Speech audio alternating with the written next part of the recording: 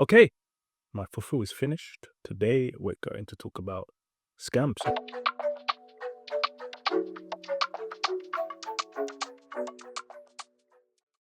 Okay, so the really difficult and uncomfortable conversation around diaspora real estate scams. And we're going to talk about a couple of topics today. We're going to talk about the allegations that are prevalent across a number of different countries. What kind of shape and form do they take? Who are the alleged perpetrators? We're also going to look at their typical targets, who they may see as an opportunity to scam or benefit from. We'll go into some red flags on what you should be wary of when it comes to real estate scams. And finally, we'll look at how Kuro can help. So stay tuned. Okay, so let's start with the allegations. And these have been so wide ranging in kind of context, perpetrators, country, that it's really quite disappointing and aggravating in a way. Because of the lack of transparency, which I've spoken about before in another video, it leads, because of the lack of transparency because of the lack of transparency and the financial incentive that can be available in some of these deals, it can lead to nefarious, untrustworthy perpetrators in the industry. Part of the reason why Kuro was built was to help with that visibility piece. But let's talk through some of those allegations. So you'll have a variety of kind of types of scams. A lot of it centers around land. If I was to look at all the different types of allegations, land seems to be the primary theme, or undeveloped land, or undeveloped land, or low levels of development of land. I think part of the reason for that is that the opportunity to own land, especially when you are coming from a especially when you're coming from a Western context, is very exciting. It's a new beginning, ability to build your own house from scratch on the continent, which is very desirable. I think everybody who has felt the calling, which is largely an emotional one, so it shouldn't govern your thoughts completely, would love to purchase land.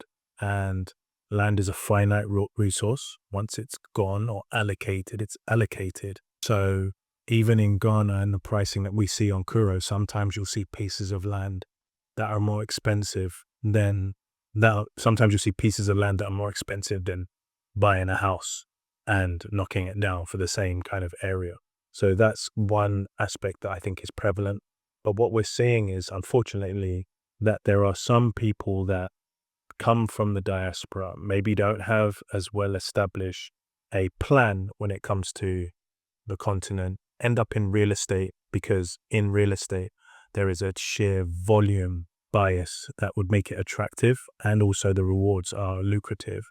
And getting into spaces where either they are kind of being scammed, so have to resort to, maybe they had great intentions in the beginning, but then they got scammed themselves. So then they have to follow through with the scam, or it becomes an emerging scam. I've seen that quite a lot. Other people are just downright scandalous. So what I would typically expect to see is potentially locals trying to take advantage of those who are less aware. I've been scammed in New York City for New York Knicks tickets. That's the same principle, right? So it's not unique to Africa in that regard. But what I'm seeing more and more of is people that have come from outside, settled in African countries, generated and gathered a following, and then used that following as a means to scam. So we've heard about people drawing up site plans for developments that are going to come and naming them and dealing with chiefs. And then all of a sudden, time goes on, people have sent money, and then all of a sudden you're not receiving the service you require, or the land, or whatever.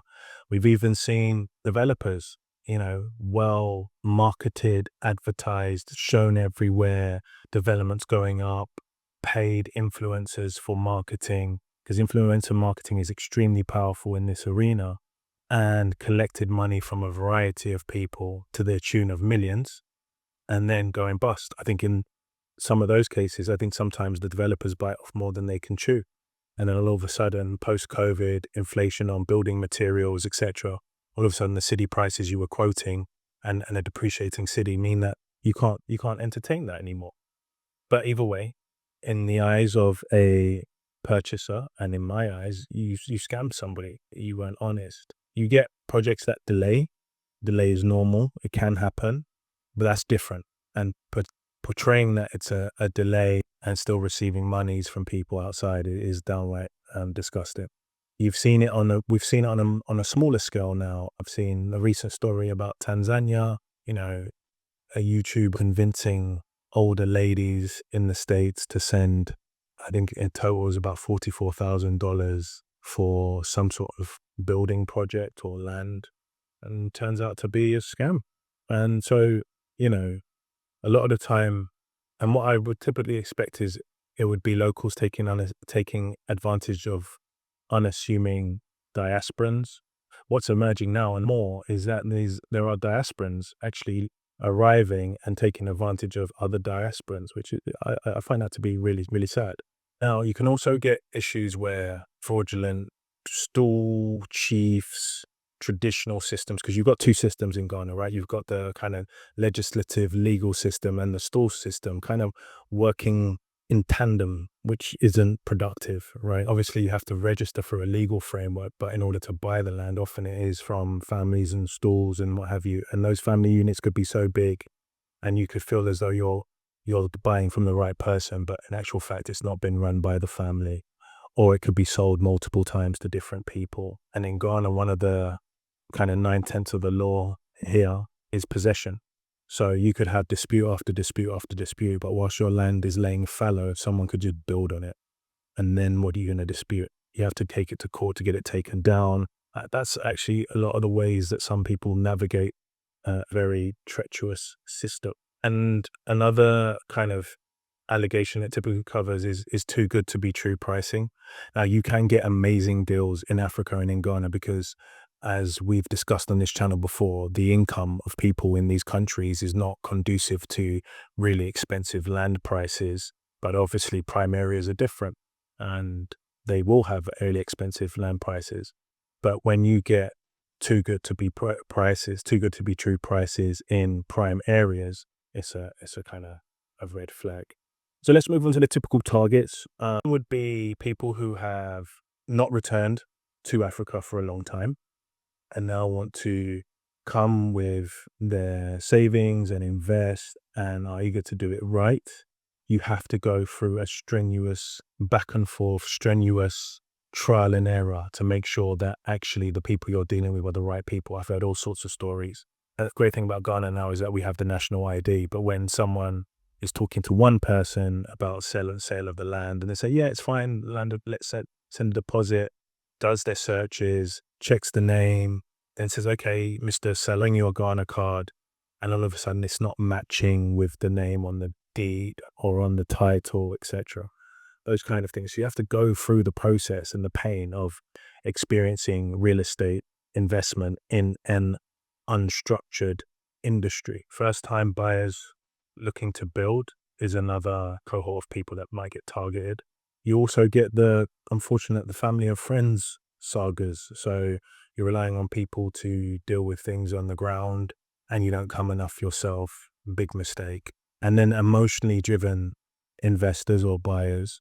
And by that, I mean people that are driven by, a desperation to invest, or with a frustration with the West or with racism or whatever. Believe you me, the grass isn't greener in Africa. It's just different grass. And you need to understand the terrain. Okay, let's move on to kind of the red flags and kind of ties to the typical targets and why people fall for these land scams. Okay, red flag number one is just off plan.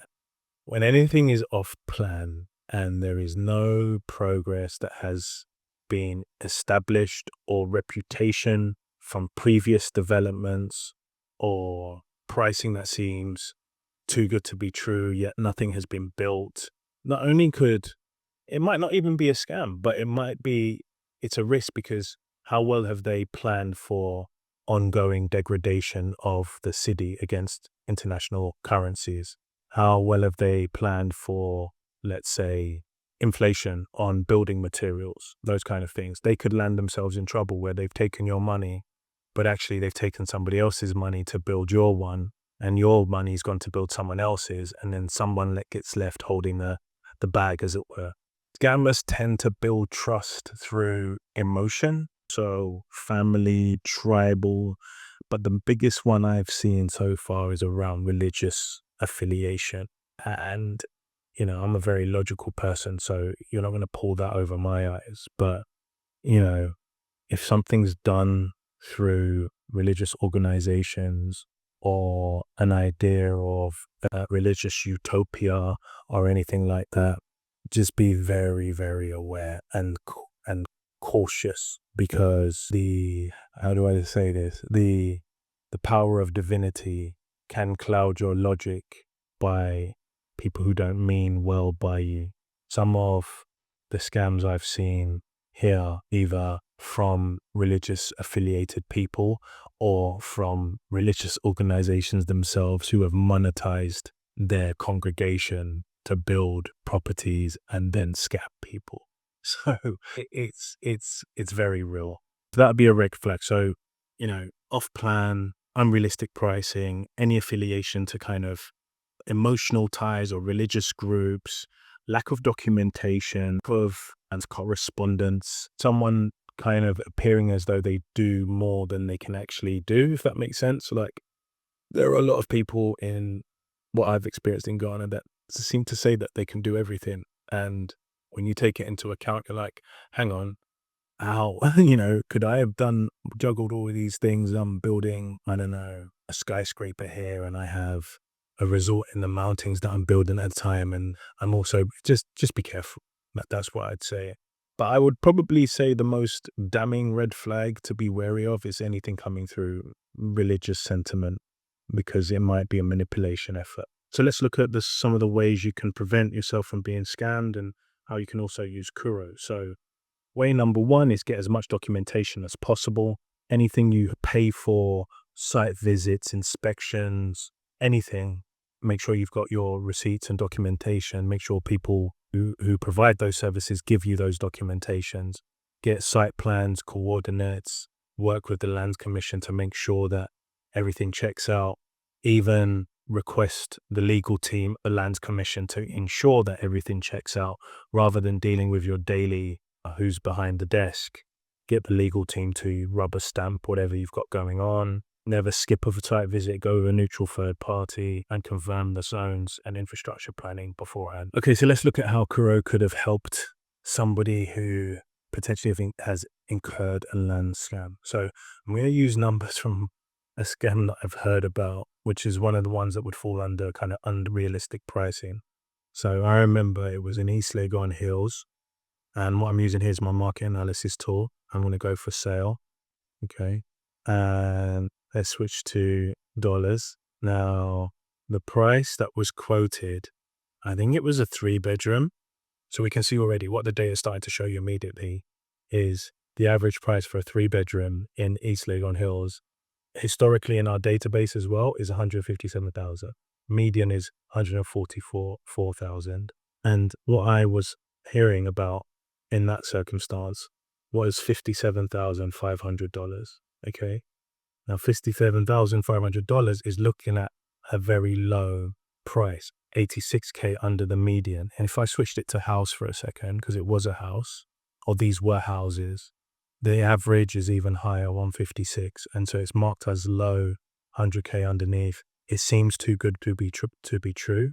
Now, if we were to look at the comparables as well, looking at comparable towns, you can see that all of these towns are more expensive than what we're suggesting here, right? More expensive on the median, more expensive on the average. So in a way, at least, if you could find comparable towns where the prices were kind of matching or close, you'd be in for a winner. But you can see across all of these towns, it is a lot more than what was being quoted on that particular unfortunate scam. And even if you were to go into our real estate section and just look at land prices, median price is around 41K, average price is 55K.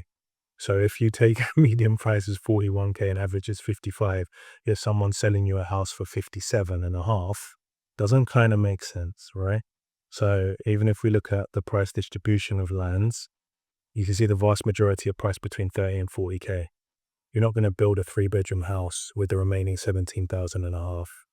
There's a little bit of 20 and 30, 50 and 60K, 60 and 70, 40 and 50. So how could you sell a house for 7,000? Even if we looked at the trends, because obviously this was a while ago. So what I've got here is the bedroom size and only 3 bedrooms in East Legon Hills.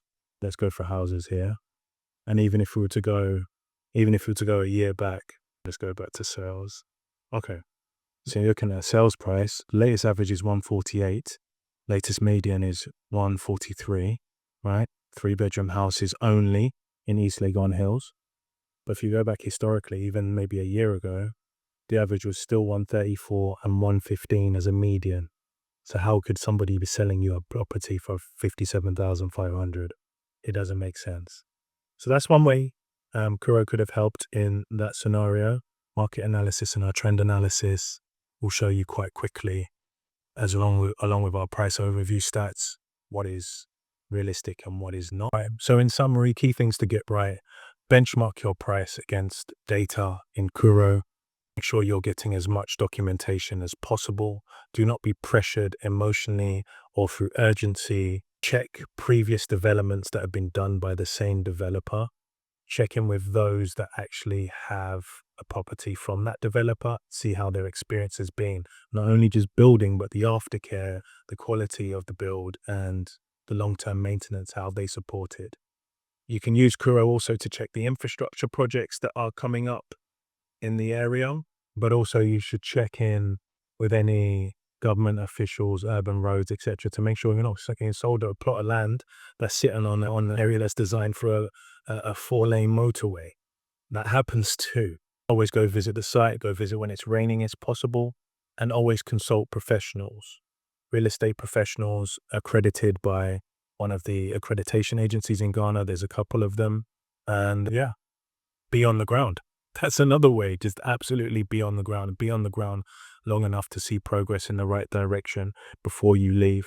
Otherwise, you'll be back on the ground waiting in court for years, trying to resolve an issue. All right, that's all I got for today. And if you like this video, I'm sure you'll like this one too. Until next time, stay safe, stay informed. God bless.